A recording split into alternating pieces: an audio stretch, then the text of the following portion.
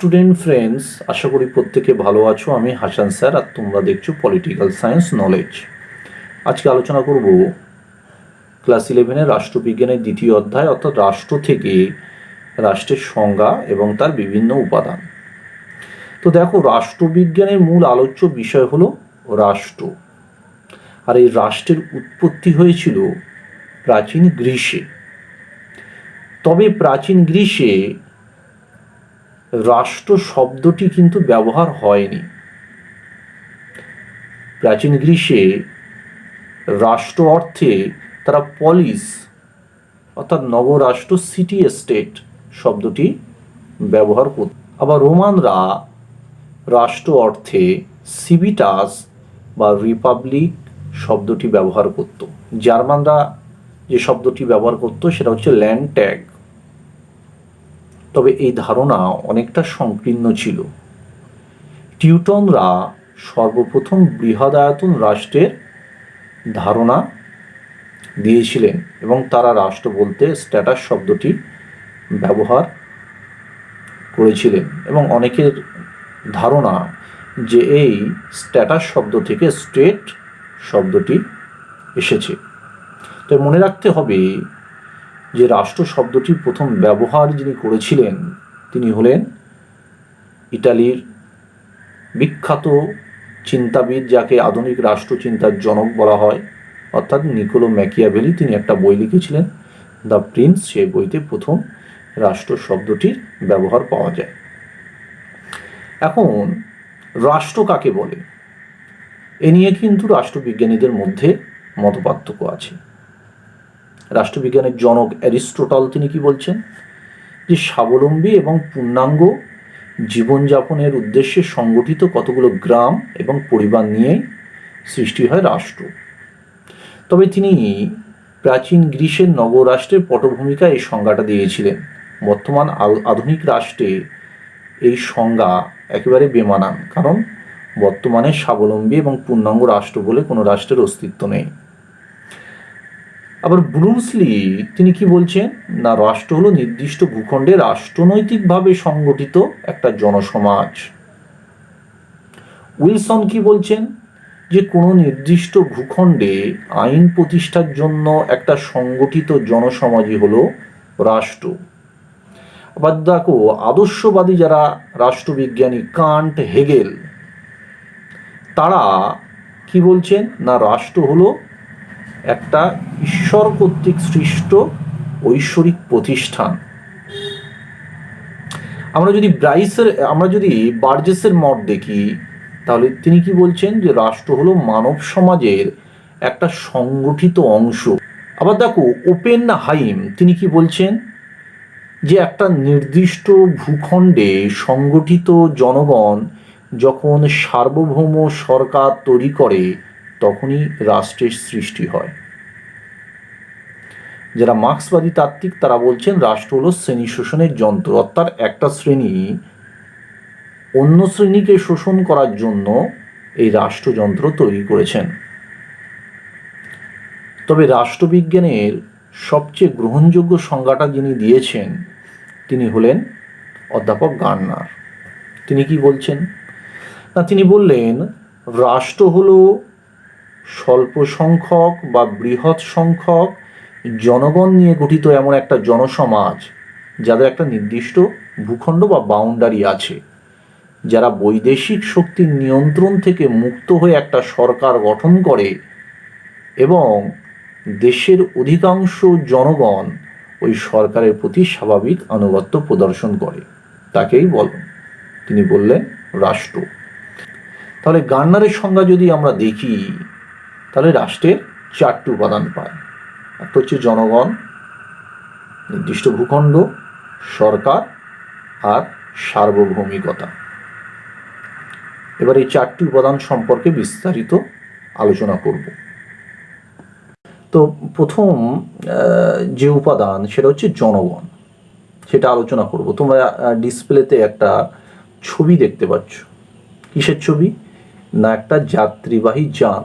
আমরা যদি রাষ্ট্রটাকে একটা যাত্রীবাহী যানের সঙ্গে তুলনা করি, তাহলে আমরা দেখব এই যে যাত্রীবাহী যে গাড়ি কী জন্য তৈরি হয়েছে? মানুষকে বহন করার জন্য। যদি মানুষই না থাকে তাহলে গাড়িটার কোনো অস্তিত্ব থাকবে না। ঠিক তেমনিভাবে রাষ্ট্র একটা মানবীয় প্রতিষ্ঠান, মানুষের জন্যই কিন্তু রাষ্ট্র সৃষ্টি হয়েছে। তাই জনগণ ছাড়া রাষ্ট্রের অস্তিত্ব কিন্তু কল্পনা করা যায় না। আমরা দেখব যে জনমানবহীন মরুভূমি বা নির্জন দ্বীপে কিন্তু রাষ্ট্র গঠিত হয়নি। এখন প্রশ্ন হতে পারে, ঠিক কত সংখ্যক জনগণ নিয়ে একটা রাষ্ট্র গঠিত হবে? এর কোনো সদুত্তর নেই। প্লেটো, অ্যারিস্টটল এরা কম জনসংখ্যা বিশিষ্ট রাষ্ট্রের কথা বলেছেন। প্লেটো তার বিখ্যাত বই দ্য লজে 5040 জন এবং রুশো 10,000 জনকে একটা আদর্শ রাষ্ট্রের জনসংখ্যা হিসাবে কল্পনা করেছেন। কিন্তু আমরা দেখব বর্তমান পৃথিবী যদি দেখি, সেখানে বৃহৎ, মাঝারি বা ক্ষুদ্র জনসংখ্যা বিশিষ্ট রাষ্ট্র আছে। যেমন ভারতের জনসংখ্যা 130 কোটি, চীনের আরও বেশি। আবার আমরা যদি দেখি তাহলে দেখব যে পানামা, দক্ষিণ আফ্রিকার একটা দেশ পানামা, তার জনসংখ্যা 6 লক্ষ। আবার ভ্যাটিকান সিটি, সান মেরিনের মতো কিন্তু অল্প জনসংখ্যা বিশিষ্ট রাষ্ট্র আছে। মোট কথা হলো, রাষ্ট্র হতে গেলে একটা নির্দিষ্ট পরিমাণ জনসংখ্যা দরকার। একটা দেশে বা একটা রাষ্ট্রে 3 শ্রেণীর জনগণ থাকে। একটা হচ্ছে নাগরিক, একটা বিদেশি, আর একটা হচ্ছে প্রজা। নাগরিক কারা? যারা রাষ্ট্রের স্থায়ী বাসিন্দা, যারা রাষ্ট্রের প্রতি আনুগত্য স্বীকার করে এবং রাষ্ট্রের কাছ থেকে রাজনৈতিক অধিকার সহ বিভিন্ন প্রকার অধিকার ভোগ করে, তাদেরকে আমরা নাগরিক বলছি। বিদেশি কাদের বলি? না, যারা অন্য রাষ্ট্র থেকে আরেকটা রাষ্ট্রে আসে বিশেষ কাজের জন্য, আবার দেখা গেল কাজ শেষ হয়ে গেলে তারা আবার নিজের দেশে ফিরে যায়, তাদেরকে আমরা বিদেশি বলছি। প্রজা কারা? যারা বিদেশি শাসনের অধীনে থাকে তাদেরকে প্রজা বলা হয়। যেমন ব্রিটিশ শাসনের কালে আমরা ইংরেজদের প্রজা ছিলাম। তাহলে একটা জিনিস যেটা পরিষ্কার, যে রাষ্ট্র হতে গেলে একটা নির্দিষ্ট পরিমাণ জনগণ দরকার, সেটা কমও হতে পারে, বেশিও হতে পারে। এবার দেখো, রাষ্ট্রের যে দ্বিতীয় উপাদান সেটা হচ্ছে নির্দিষ্ট ভূখণ্ড। তোমরা ছবিটা ফলো করো, যে যাত্রীবাহী যে যানটা কথা আমি বলেছিলাম, এই গাড়িটা একটা নির্দিষ্ট রাস্তা দিয়ে কিন্তু চলে, রাস্তার বাইরে কিন্তু বার হতে পারবে না, বার হলেই কিন্তু বিপদ। তার মানে একটা নির্দিষ্ট সীমানা দিয়েই কিন্তু ওই যাত্রীবাহী গাড়িটাকে চলতে হবে। ঠিক তেমনিভাবে প্রত্যেকটা রাষ্ট্রের কিন্তু একটা বাউন্ডারি আছে। তোমরা যদি ম্যাপ দেখো, ভারত, চীন, রাশিয়া, আমেরিকা প্রত্যেকের কিন্তু একটা ম্যাপ আছে, সেখানে তাদের বাউন্ডারিটা বোঝা যায়। অর্থাৎ রাষ্ট্র হতে গেলে একটা বাউন্ডারি দরকার, এবং বাউন্ডারি ছাড়া কিন্তু রাষ্ট্রের কল্পনা করা যায় না। সেই জন্য যারা যাযাবর, তারা রাষ্ট্র গঠন করতে পারেনি, কারণ তাদের নির্দিষ্ট কোনো ভূখণ্ড নেই। এক জায়গা থেকে আরেক জায়গায় তারা ঘুরে বেরিয়েছে বা ঘুরে বেড়ায়। এখন ভূখণ্ড মানে কি বোঝায়? ভূখণ্ড মানে শুধু স্থলভাগকে বোঝায় না। ভূখণ্ড মানে স্থলভাগ, জলভাগ, নদী নালা, পাহাড় পর্বত, মালভূমি, সমভূমি সমস্ত কিছু নিয়ে কিন্তু ভূখণ্ড। একটা রাষ্ট্রের মধ্যে যদি সমুদ্র থাকে, তাহলে উপকূল থেকে তার 19.2 কিলোমিটার ওই রাষ্ট্রের ভূখণ্ডের মধ্যে ধরা হয়। ঠিক আমরা দেখব যে ঠিক তেমনভাবে আকাশপথে 100 থেকে 110 কিমি রাষ্ট্রীয় ভূখণ্ডের উপরই যে সীমানাটা আছে, সেটা কিন্তু ওই রাষ্ট্রের ভূখণ্ডের মধ্যেই ধরা হয়। এই জন্য একটা রাষ্ট্রে যখন অন্য রাষ্ট্রের বিমান প্রবেশ করে, তার আগে প্রবেশের আগে কিন্তু ওই রাষ্ট্রের পারমিশন নিতে হয়। এখন একটা রাষ্ট্রের ভূখণ্ডের আয়তন কত হবে, এ নিয়ে কিন্তু বাঁধা ধরা বা নির্দিষ্ট কোনো নিয়ম নেই। আমরা দেখব বৃহৎ আয়তন বিশিষ্ট রাষ্ট্র যেমন আছে, তেমনি ক্ষুদ্র আয়তন বিশিষ্ট রাষ্ট্রও আছে। আমরা দেখব প্লেটো অ্যারিস্টোটল এরা ক্ষুদ্র আয়তন বিশিষ্ট রাষ্ট্রের সমর্থন করে গেছেন, কারণ তাতে রাষ্ট্র পরিচালনা সম্ভব হবে। আবার টোটস্কি তিনি ক্ষুদ্রায়তন রাষ্ট্রকে পাপের প্রতীক বলছেন, যে রাষ্ট্রের আয়তন যদি ক্ষুদ্র হয় তাহলে অর্থনৈতিক এবং সামরিক দিক থেকে কিন্তু সমস্যা তৈরি হবে। তাহলে রাষ্ট্রের আয়তন এমন দরকার যেটা একটা যেন মানানসই হয়। আমরা দেখব রাষ্ট্রের আয়তন বৃহৎ, জনসংখ্যা কম, সেটাও সমস্যা তৈরি হবে।